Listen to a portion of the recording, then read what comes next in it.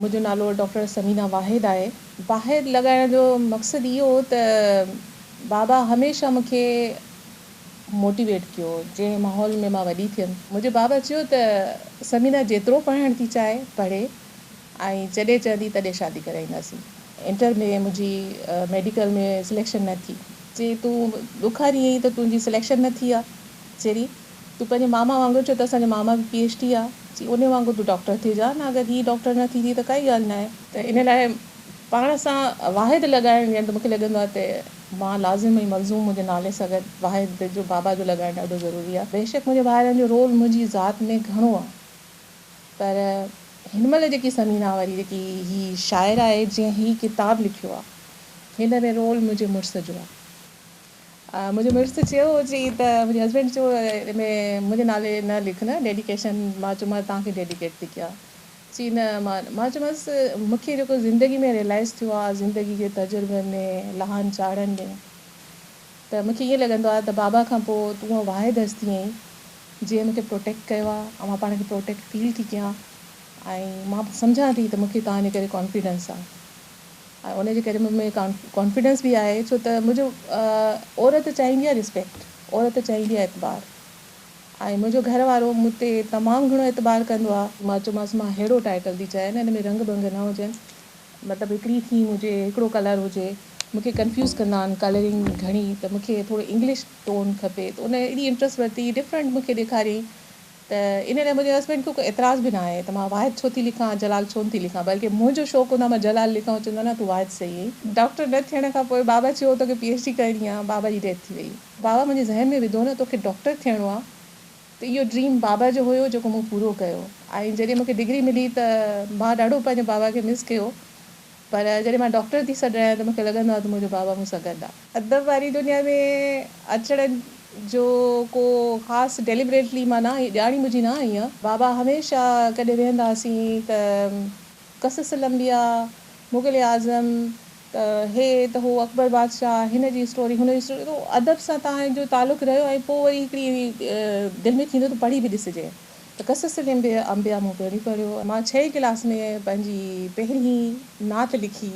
जॾहिं मां शाइरी जॾहिं शुरू कई त मूंखे ख़बर न आहे त हाणे जी हिकिड़ी पाबंद शाइरी मुंहिंजी अगरि नात ॾिसो त उहा पाबंद आहे।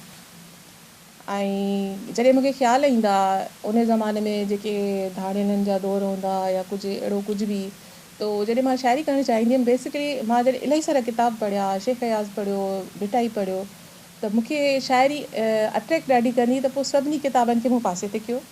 पोइ रुगो शाइरीअ किताब इहो पढ़ंदी हुअमि। मुंहिंजे भाउ जी जॉब थी समीला जी, चई तोखे छा खपे, अदी जो सूट वठी अचां। मां चयोमांसि तव्हां मूंखे न शाइरीअ किताब ॾिजो प्लीज़। त मुंहिंजा 10 किताब वठी आया, हुन में शेख हयाज़ बि हुयो, 5 किताब शेख हयाज़ जा हुया, कुझु ॿिया किताब हुया। काफ़ी माण्हू मूंखां पुछंदा आहिनि तव्हां नज़म था लिखो, तव्हां गज़ल छो नथा लिखो। ऐं अदा इक़बाल जो मूं पढ़ियो कल्ह मुंहिंजे लाइ आर्टिकल, त उहो अदीब या राइटर सुठो लिखियो वेंदो आहे जेको सभई सिंफ़ूं आज़माए। मूंखे कंहिं ते एतिराज़ु न आहे, पर मां इहो ज़रूरु चवणु चाहींदमि त हर कंहिं इज़हार जो पंहिंजो तरीक़ो हूंदो आहे, के नसर में, के नज़म में। ऐं मां गज़ल में पाण खे थोरो फिक्स महसूसु कंदी आहियां। यानी मुंहिंजो हिकिड़ो जेको थॉट आहे, मूंखे लॻंदो आहे मूंखे मां जेको सोचियो आहे हाणे मां गज़ल थी लिखां, त मूंखे रदीफ़ ऐं काफ़िए खे मिलाइण में न मुंहिंजो जेको ख़्यालु आहे उहो टुटे थो। त मूंखे नज़म ॾाढो ईज़ी लॻंदो आहे, यानी हिकिड़ी लाइन में, हिकिड़ी सोच में तव्हांजो जेको सोच आहे उहा आख़िरी लाइन ते पूरी थी थिए।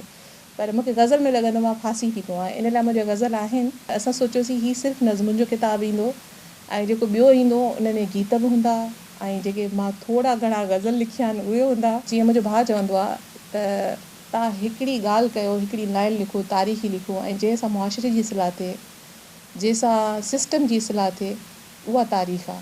10 किताब लिखणु तारीख़ न आहे, तव्हांजी हिकिड़ी लाइन उहा तारीख़ आहे। जॾहिं मूं शाइरी कई त उन में काफ़ी सारा फ्लॉज़ हुया, मतिलबु कमियूं हुयूं जेके इनबॉक्स में मूंखे ईंदियूं। मां चवंदी मुंहिंजे वॉल ते मूंखे ॿुधायो त किथे कहिड़ी कमी आहे, छा हुजणु खपे, छा न हुजणु खपे। त मां इन लाइ सर ताज बलोच खे पंहिंजी बुक में बि चयो आहे, त उनखां मां इस्लाह वरिती आहे। ईअं फेसबुक फ्रेंड्स में अदा अयूब खोसो सां बि मुंहिंजी मुलाक़ात थी, फेसबुक फ्रेंड अगरि चइजे उन हिसाब सां। मूं पाण बि कोशिशि कई आहे सादी ॿोली लिखां, इस्लाह अदा अयूब खोसे खां पहिरीं वरिती। पोइ इलाही सारा किताब पढ़िया आहिनि, जीअं फ़ैज़ अमन फ़ैज़ आहे, फराज़ आहे, साहिल लुधियानी मूंखे ॾाढो मुतासिर कयो। त ईअं त काफ़ी सारा नाला नंबर्स आहिनि जेके उर्दू सिंधी कोई स्पेसिफिक न आहे, पर जेकी ॿाराणे में जे मुतासिर कयो त हिकु त मां शाह खां शुरू कयो, ॿियो शेख अयाज़ घणो पढ़ियो, ऐं टियों अयाज़ गुल किताबु ॾाढो मुतासिर कयो। ॾींहं ॾिठे या सपना जेको मूं पंहिंजे किताब में बि ज़िक्र कयो आहे। जॾहिं बि उहो ख़्यालु आयो या शाइरी आई त कॾहिं मूं सोचे न लिखी आहे त मूंखे उर्दू में लिखणी आहे या सिंधी में लिखणी आहे। पंहिंजे लेखे ख़्यालु ईंदो आहे त उर्दू में लिखी वेंदी आहे, पंहिंजे लेखे ख़्यालु ईंदो आहे त सिंधी में लिखंदी आहे। पर कॾहिं ईअं न थियो आहे त मां सिंधी मां उर्दू में लिखी ट्रांसलेट करे उर्दू जो ख़्यालु पंहिंजे लेखे ईंदो आहे, सिंधी जो ख़्यालु पंहिंजे लेखे ईंदो आहे। मज़ामत मुंहिंजी शाइरी में तमामु घणी, तव्हां यकीन कयो त जंहिं माहौल मां आयमि, जेका मुंहिंजी फैमिली आहे, भाउ जी शहादत, ॿिए भाउ जी डेथ, फैमिली में घणी शयूं ॾिठियूं ऐं असांजो मुआशिरो हिन महिल को सही कोन थो हले। अगरि असां सोचूं थोरा सियासी अदबी माण्हू, मुंहिंजी शाइरी में रोमांस थोरो घटि आहे, पर हिकिड़ी शाइरी मां रोमांस लिखी सो मां तव्हांखे पढ़ी ॿुधाईंदमि त रोमांस बि कयो। मूं मुर्की चयो मिठा चुमी तोखे साह में रखंदमि। मूं मुर्की चयो मिठा चुमी तोखे साह में रखंदमि। सच भाइजा वेसा बि रखजा, सच भाइजा वेसा बि रखजा। हुन चयो चरी प्यार फना न आहे थींदो, हुन चयो चरी प्यार फना न आहे थींदो, चुमिन सां मापे न सघिबो, ही त महसूसु कबो आहे।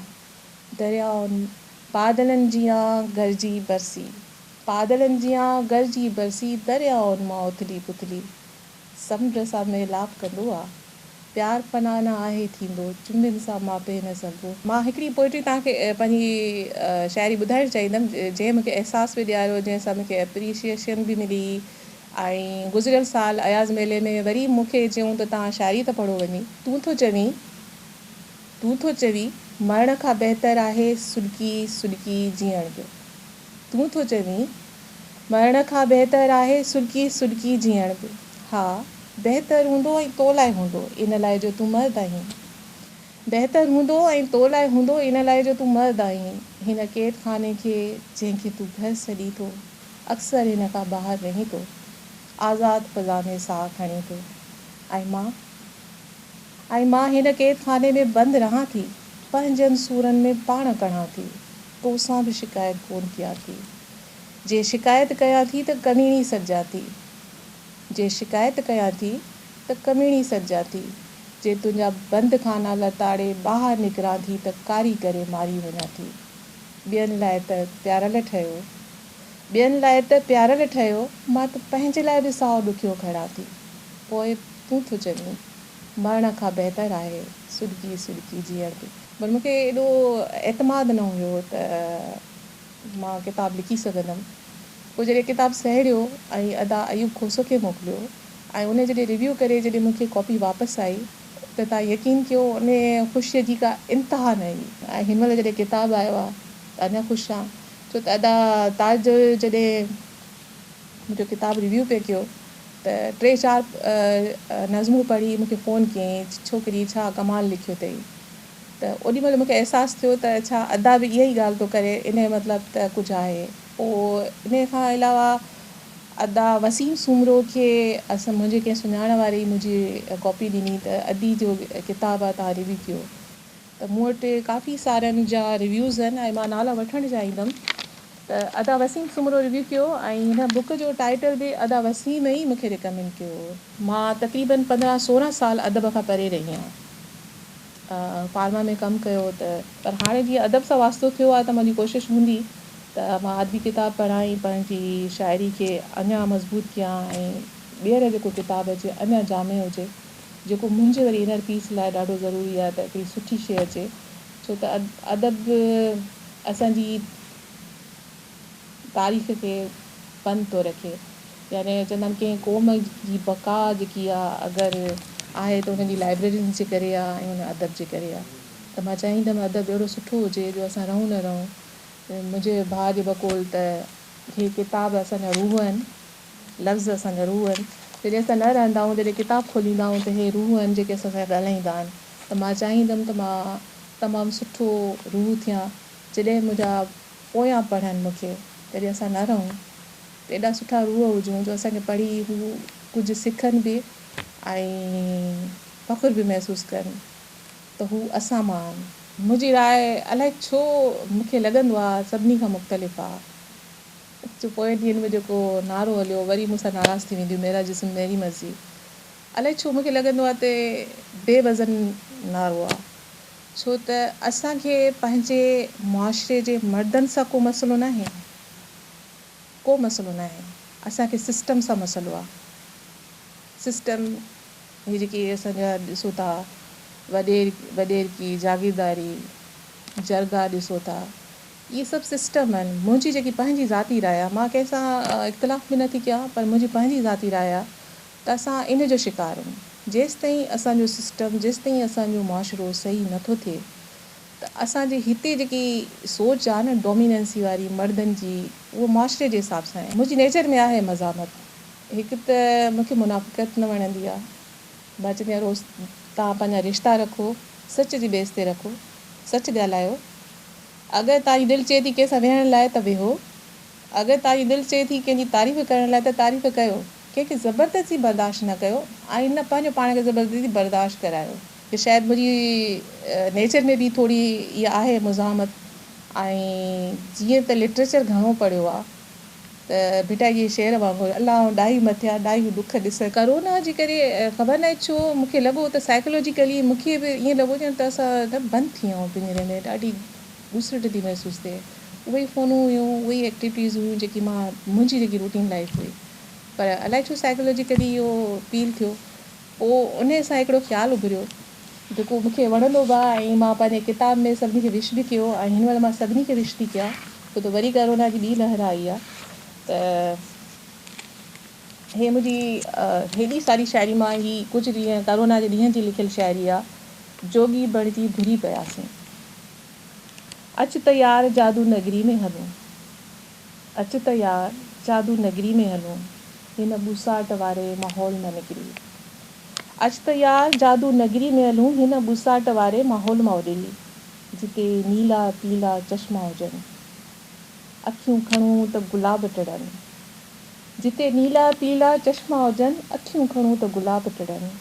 साह खणूं अतर अंबर जा वास अचनि। परियूं जिते के लाॾा ॻाइनि, महबूबनि सां के मेला कजनि।